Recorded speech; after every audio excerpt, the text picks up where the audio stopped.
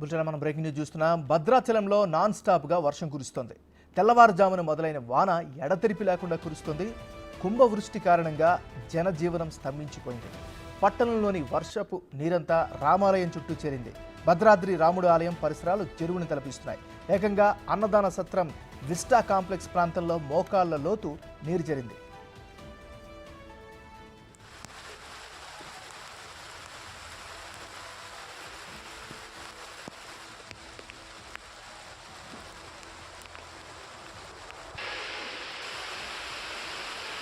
Big TV screen పై మీరు చూస్తున్నారు భద్రాద్రి రాముడి ఆలయ పరిసరాలు ఎలా ఉన్నాయో. ఏకంగా అన్నదాన సత్రంలోకి నీరు చేరడంతో మోటార్లతో ఎత్తిపోసేందుకు సిబ్బంది ఏర్పాట్లు చేశారు. ఎగువ నుంచి వచ్చే వర్షపు నీరు గోదావరి కరకట్ట దగ్గర స్లూయిజ్ వరకు చేరింది. దీంతో నీరు బయటికి వెళ్లే అవకాశం లేకుండా పోయింది. రామాలయం చుట్టూ బ్యాక్ వాటర్ చేరిపోయింది.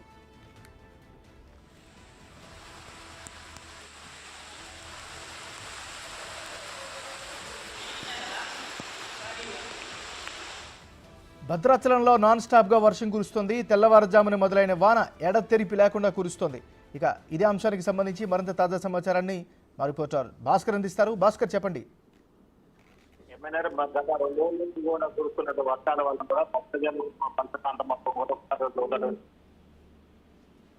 నీరు మొత్తం రామాలయం ఏదైతే రామవారి కళ్యాణ్ కనిపించే నిదాలి స్టేడియంతో పాటుగా మరోవైపు చూస్తుంటే కనుక ఉత్తర గోదావరి దగ్గర కూడా మొత్తానికి అయితే లోతర ప్రాంతం షాపింగ్ మాల్స్ ఆ ఏరియా మొత్తం కూడా కరకట్ట పరిసరం మొత్తం కూడా జలమయం కావడంతో మొత్తం కూడా వరద పోటీని చెప్పుకోవచ్చు.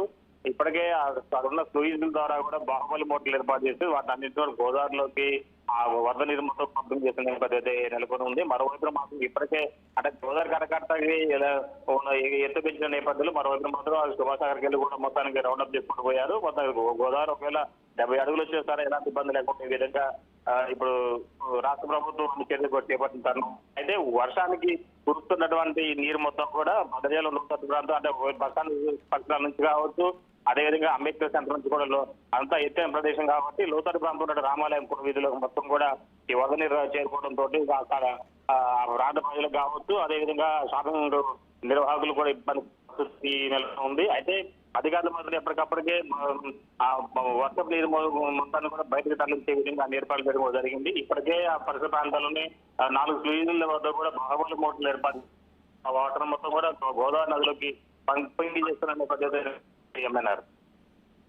Thank you Bhaskar.